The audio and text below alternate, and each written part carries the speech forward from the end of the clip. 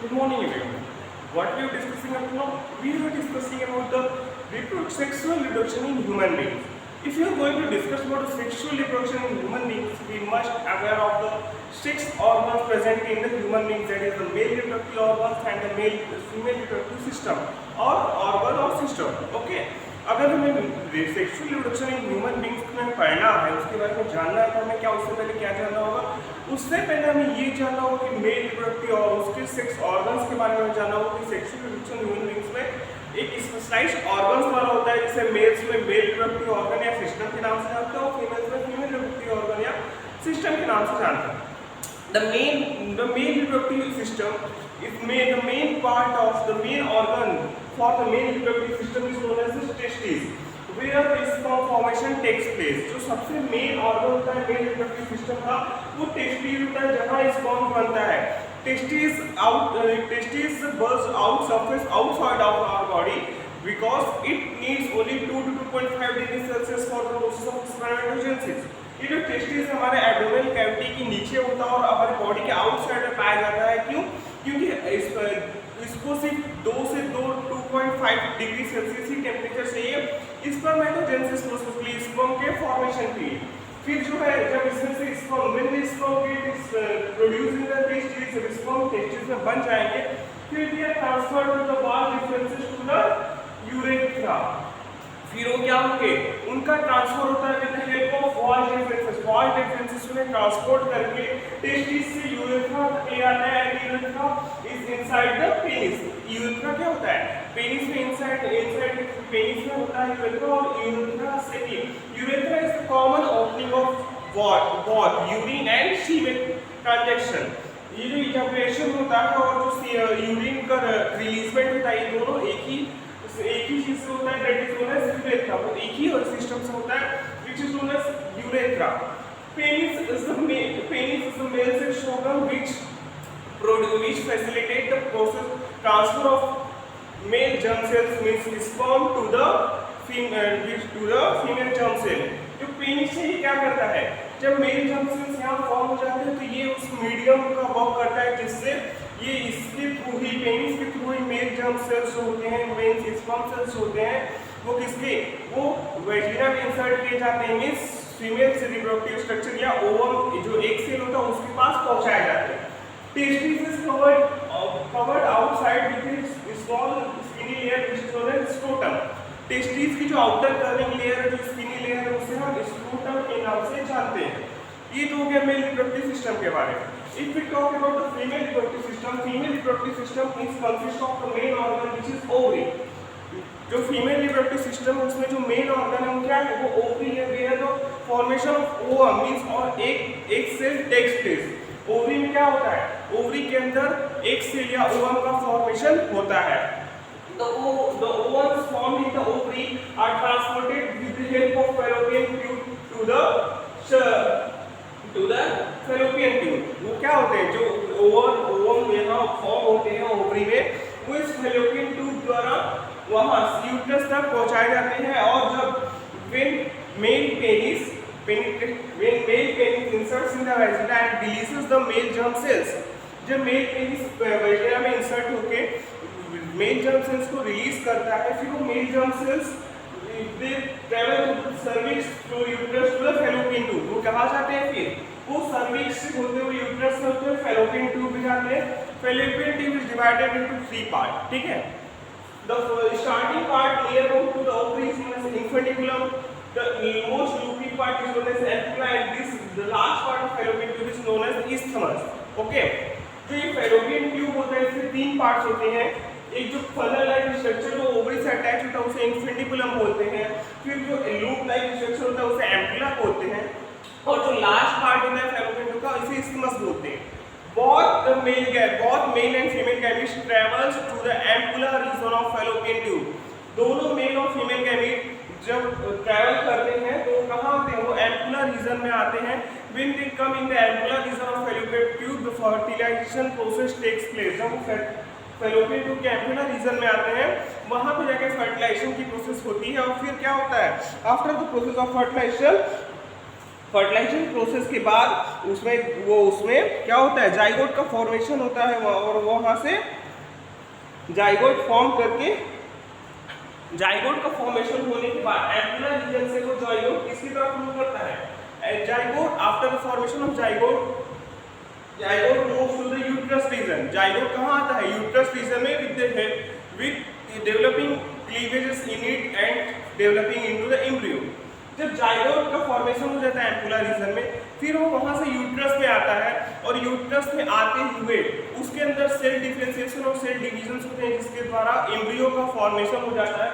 और जब वो एम्ब्रियो स्टेज ब्लास्टोसिस स्टेज जब यूट्रस में आता है तो वो यूट्रस के वॉल्स द्वारा अटैच होकर इम्प्लांटेशन की प्रोसेस कर लेता है, प्रेगनेंसी की प्रोसेस हो जाती है और फिर एम्ब्रियो डेवलप करके एक फोइटस का फॉर्म करता है, मीन्स भ्रूण का फॉर्मेशन कर लेता है। यूट्रस में जो एम्ब्रियो फॉर्म होता है, एम्ब्रियो का डेवलपमेंट के नरिशमेंट के जो न्यूट्रिएंट्स चाहिए होते हैं वो कहाँ से मिलते हैं, यूट्रस वॉल से मिलते हैं। और तो uterus forms a special tissue which is known as placenta for the export and import of food materials along with the waste materials to the mother bird and then it is excreted out of the body। जो uterus में जो embryo होता है उसके पास एक special tissue होता है जिसको हम प्लेसेंटा के नाम से जानते हैं। और प्लेसेंटा का क्या वर्क है, placenta perform the export and import of food materials along with oxygen and waste material along with carbon dioxide. Placenta के जरिए ही फोइटस को, एम्ब्रियो को खाना और ऑक्सीजन दिया जाता है और कार्बन डाइऑक्साइड जो उससे रिलीज होता है, जो वेस्ट मटेरियल्स होते हैं वो सब प्लेसेंटा के द्वारा ही मैटरनल ब्लड, मदर के ब्लड में मिलके बॉडी के बाहर एक्सक्रीट कर दिए जाते हैं, ठीक है, बॉडी के बाहर फेंक दिए जाते हैं। This child is born as a result of rhythmic contraction of the muscles in the uterus. और जब एक नियर अबाउट जो 9 मंथ का पीरियड होता है ड्यूरिंग द प्रेगनेंसी का पीरियड जो होता है 9th मंथ का होता है और 9th मंथ में जो फोइटस होता है, एम्ब्रियो होता है, वो फुली डेवलप हो जाता है। When the fetus is completely developed, it is needed to be come outside of the mother body। जब fetus पूरी तरह से डेवलप हो जाता है तो वो क्या करता है, वो मदर बॉडी के बाहर आता है about approximately 9 months, 9 महीने के बाद। The child is born as a result of rhythmic contraction of muscle in the uterus। और चाइल्ड कैसे बॉर्न करता है, जब चाइल्ड का बॉर्न होना रहता है, जब पार्टिकुलेशन की प्रोसेस होनी रहती है तब उस समय जो वॉल्स है यूट्रस के उनमें रिदमिक कॉन्ट्रैक्शन, इतना स्ट्रॉन्ग रिदमिक कॉन्ट्रैक्शन होता है, उनकी मसल जो है यूट्रस की इतनी ज़्यादा कॉन्ट्रैक्शन शो करती है जिसकी वजह से बेबी की डिलीवरी हो जाती है और पार्टिकुलेशन प्रोसेस कंप्लीट हो जाता है। फिर यहाँ पे यह क्वेश्चन पूछा है, what happens when the egg is not fertilized. We must know that every month in a female body every month an ovum get releases. हमें ये पता होना चाहिए कि हर महीने जब मेंस्ट्रुएशन पीरियड आता है फीमेल्स में, उनके हर एक मंथ में एक एवरी से एक का रिलीजमेंट होता है, ठीक है। The releasement of egg after the in the menstruation period the egg comes into the uterus. जब ओवरी में से एग रिलीज होके होता है हर मेंस्ट्रुएशन पीरियड में, हर महीने में एक ओवरी से एक रिलीज होता है, तो एग कहाँ आता है, वो एग आता है यूट्रस में। और यूट्रस में आने के बाद जो यूट्रस की वॉल लाइनिंग से उसका नरिशमेंट का रोल प्ले करती है। But when the egg is not fertilized, mean जब फर्टिलाइजेशन की प्रोसेस नहीं होती, एग फर्टिलाइज नहीं होता है, तो the uterus when the egg is not fertilized does its lining become thick and spongy। और फर्टिलाइजेशन की जो यूट्रस की लाइनिंग होती है वो थिक और स्पंजी होती है। This would not required for nourishment of embryo if fertilization had taken place, ठीक है। Now however the lining is not needed any longer. तो जो ओवम रहता है उसके नरिशमेंट के लिए उसकी लाइनिंग क्या होती है, यूट्रस की थिक और स्पंजी हो जाती है। लेकिन जब फर्टिलाइजेशन प्रोसेस नहीं होती है, ओवम को मीन्स जाइगोट फॉर्मेशन नहीं होता है, तो फिर नरिशमेंट की जरूरत नहीं होती है। फिर जो एक्स्ट्रा लाइनिंग थिक और स्पंजी लाइनिंग होती है वो मेंस्ट्रुएशनल ब्लीडिंग के थ्रू बाहर चली जाती है, ठीक है। Through the vagina comes out through the vagina as a blood और म्यूकस। वो जो लाइनिंग होती है वो धीरे धीरे टूट के ब्रेक डाउन हो जाती है और ड्यूरिंग द मेंस्ट्रुएशन पीरियड वो ब्लड के फॉर्म में वेजिना के थ्रू से बाहर आ जाती है, ठीक है। It usually last for about 2 to 8 days। ये कब तक चलता है ये पीरियड, ये लगभग 2 से 8 दिन का पूरा पीरियड होता है। फिर there is a topic about in your here that is the reproductive health. अभी तक तो हमने जितने भी बातें की वो रिप्रोडक्शन के बारे में बातें की, रिप्रोडक्शन से जुड़ी सारी बातें की, ठीक है। उसके बाद रिप्रोडक्शन के बारे में जानने के बाद हमें ये बहुत ही इंपॉर्टेंट टॉपिक है कि हमें रिप्रोडक्टिव हेल्थ के बारे में अच्छी इंफॉर्मेशन होनी चाहिए। रिप्रोडक्टिव हेल्थ क्या है? रिप्रोडक्टिव हेल्थ में हम रिप्रोडक्शन से जुड़े कुछ डिजीजेस, कुछ इन्फॉर्मेलिटीज, कुछ उसके साथ जो कुछ पॉइंट्स जुड़े हुए थे उनके बारे में जानेंगे कि उसमें कुछ डिजीजेस जुड़े होते हैं, कुछ उसमें से डिजीजेस फॉर्म होते हैं, और तो और कुछ पेन वगैरह के बारे में और उसके स्ट्रेटजीज सॉल्यूशन के बारे में हम रिप्रोडक्टिव हेल्थ में पढ़ेंगे। अगर रिप्रोडक्शन की प्रोसेस रेगुलर होती रहे तो जो पॉपुलेशन है हमारी वो बहुत ही ज़्यादा बढ़ जाएगी, आवर पॉपुलेशन बिकम एक्सप्लोड। तो for the checking the birth control को चेक करने के लिए, प्रॉपर मैनर होने के लिए government and other agencies have applied the contraceptive devices. Government और अदर एजेंसीज ने क्या किया है? रिप्रोडक्टिव हेल्थ को मेंटेन करने के लिए, पॉपुलेशन को एक्सप्लोजन से बचाने के लिए और तो और क्या, बर्थ को कंट्रोल करने के लिए कुछ कॉन्ट्रासेप्टिव डिवाइसेस का रोल प्ले किया है, जिसमें कुछ नेचुरल मेथड्स होते हैं, कुछ बैरियर मेथड्स होते हैं कंट्रासेप्टिव्स में, कुछ आईओडीज होते हैं, कुछ उसमें पिल्स होते हैं, कुछ इंजेक्शंस होते हैं और कुछ सर्जिकल मेथड होते हैं। नेचुरल मेथड में क्या होता है? नेचुरल मेथड में क्या होता है? जब male partner removes his penis, withdraws his penis after before the ejaculation to prevent the pregnancy और अनवांटेड प्रेगनेंसी। क्या करता है नेचुरल मेथड में? कंडीशनल मेथड में क्या होता है? वेजिना में इजैकुलेशन से पहले ही जो मेल पार्टनर होता है अपने पेनिस को बाहर निकाल लेता है ताकि स्पर्म का रिलीजमेंट वेजिना में ना हो। उससे क्या होगा? उससे अनवांटेड प्रेगनेंसी की कंडीशन बच जाती है।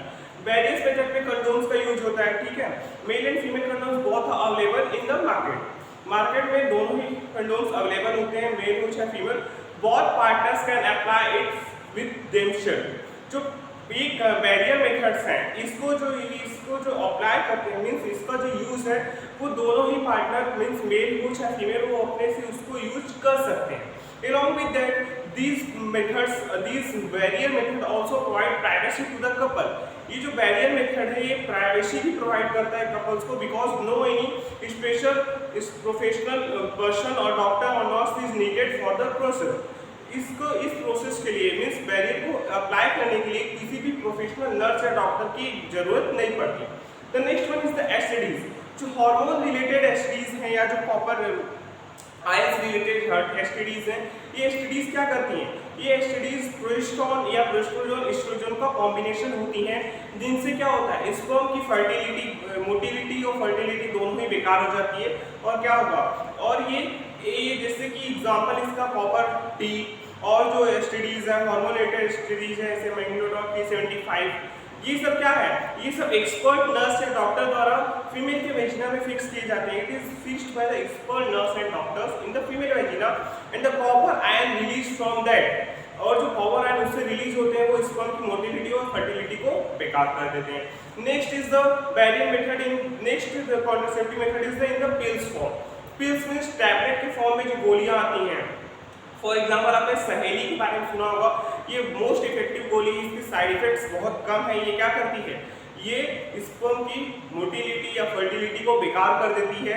इसमें भी वही प्रोजेस्टेरोन या प्रोस्टेरोन एस्ट्रोजन हार्मोन का कॉम्बिनेशन होता है। ये हफ्ते में एक ही बार लेनी होती है। या और जो पिल्स होंगी सहेली के बारे में है कि हफ्ते में ओनली वन पिल इन ए टैब, इन्हें भी एक हफ्ते में एक ही इसकी पिल्स लेनी होती है। बट जो अदर होंगे उनका कुछ और होगा। कुछ तो होती है जिन्हें अबाउट 21 डेज तक लगातार उनका पीरियड होता है, उनका ड्यूरेशन होता है उस टैबलेट्स का, उन्हें लेना होता है। Along with that, इसमें जो इल इफेक्ट्स होते हैं ये बहुत ही कम और टैबलेट्स जो है ये बहुत ही ज़्यादा यूजेबल फॉर्म है इंडिया में, क्योंकि ये इजीली अवेलेबल हो जाते हैं, ठीक है। तो नेक्स्ट वन है इंजेक्टेबल फॉर्म। इंजेक्शंस में जो हार्मोन है प्रोजेस्टेरोन या प्रोस्टेरोन एस्ट्रोजन का कॉम्बिनेशन का हार्मोन इंजेक्शन से फीमेल की स्किन में इंजेक्ट कर दिया जाता है। ये भी ऐसे वर्क करते हैं कि the function of injections are the same as that of pills. इनका जो फंक्शन है वो पिल्स के बराबर ही होता है, but time duration is longer in the injection pill. Injection में जो टाइम ड्यूरेशन है वो लॉन्गर होता है और लिविंग पिल्स में वो टाइम ड्यूरेशन शॉर्टर होता है। The last one method is the surgical method. Surgical method में क्या होता है? The surgical method consist of the vasectomy in the male and tubectomy in the females. इसमें क्या होता है? वॉश डिफरेंस को vasectomy process requires the tied and cutting of the vas deferens. Vas deferens का एक छोटा हिस्सा काट के उन्हें बांध दिया जाता है ताकि स्पर्म का रिलीजमेंट हो भी तो वो यूरेथ्रा के थ्रू बाहर नहीं आ सकेंगे। उस प्रोसेस को हम वेसेक्टोमी के नाम से जानते हैं और वही फीमेल्स में ये प्रोसेस ट्यूबेक्टोमी के नाम से जाना जाता है, because in the females fallopian tube this small part of fallopian tube is cut and tied out with the help of surgery. Surgery से फीमेल में क्या होता है? फैलोपियन ट्यूब से छोटा सा हिस्सा काट के बांध दिया जाता है, जिससे ओवम का रिलीजमेंट तो होगा बट वो फर्टिलाइजेशन प्रोसेस नहीं कर पाएंगे बिकॉज वो एम्पुलर रीजन में नहीं पहुंच पाएंगे। ठीक है, तो ये जो पहले मेथड से जो सर्जिकल मेथड था इसमें दो मेथड्स आते हैं। कौन कौन से? Vasectomy for the mails and tubectomy for the females. The surgical method, surgery can be also used for removal of unwanted pregnancies। Surgery का मेथड और भी इस्तेमाल किया जाता है अनवांटेड प्रेगनेंसीज को निकालने में या हटाने में, और तो और इसका मिसयूज भी किया जाता है कुछ पीपल से। जैसे कुछ पीपल इसका मिसयूज करते हैं किस फॉर्म में? अगर उन्हें गर्ल चाइल्ड नहीं चाहिए रहती है तो उसका वो एबॉर्शन करवा देते हैं, मीन्स उसको पहले से डिटेक्ट करके उसको बाहर गिरवा देते हैं, मीन्स उसको डिस्ट्रॉय करवा देते हैं, जो फोइटस होता है उसको नष्ट करवा देते हैं। ये इलीगल प्रोसेस है इंडिया में इसका बैन लगाई गई है, और तो और ये सर्जरी प्रोसेस का मिसयूज है, बहुत ही बड़ा मिसयूज है। For healthy society the female male sex ratio must be maintain.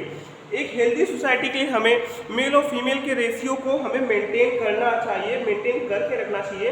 Because of reckless female फोर्टिसाइड, जो बहुत ही बेकार तरीके से फीमेल फोर्टिसाइड होते हैं, जो फीमेल चाइल्ड को मार दिया जाता है, child sex ratio is declining at an alarming rate in some sections of our society. इसी वजह से जो चाइल्ड का सेक्स रेशियो है हमारे कुछ सोसाइटीज़ में बहुत ही तेज़ी से घट रहा है, जो कि बहुत ही बुरा इंडिकेशन है, जो बहुत ही बुरा सिग्नल है for the reproductively healthy society.